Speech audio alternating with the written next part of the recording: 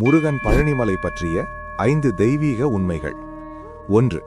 தண்டாயுதபாணி ரூபம். பழனிமலை முருகன் தண்டாயுதபாணி என்ற ஆண்டி ரூபத்தில் அருள்பாலிக்கிறார்.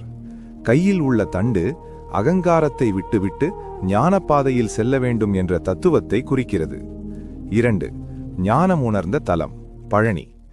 ஞானப்பழம் விநாயகருக்கு கிடைத்த பிறகு தோல்வி உணர்வால் முருகன் பழனிமலைக்கு வந்து உலக இச்சைகளை துறந்து ஆண்டிக்கோலத்தில் உண்மையான ஞானத்தை உணர்ந்த ஞானம் பெற்ற புனித தலமே பழனி.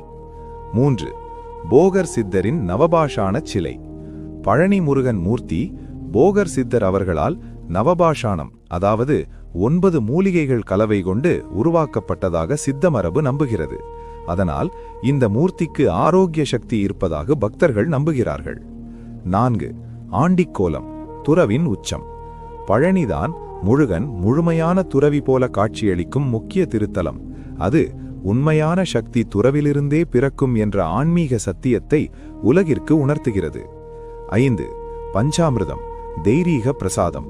பழனி தண்டாயுதபாணி கோவிலின் பஞ்சாமிர்தம் உலகப் புகழ்பெற்ற தெய்வீக பிரசாதம்.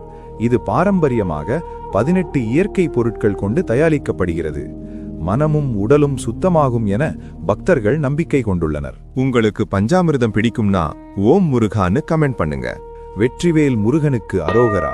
பழனி தண்டாயுதபாணிக்கு அரோகரா. Download ShareChat.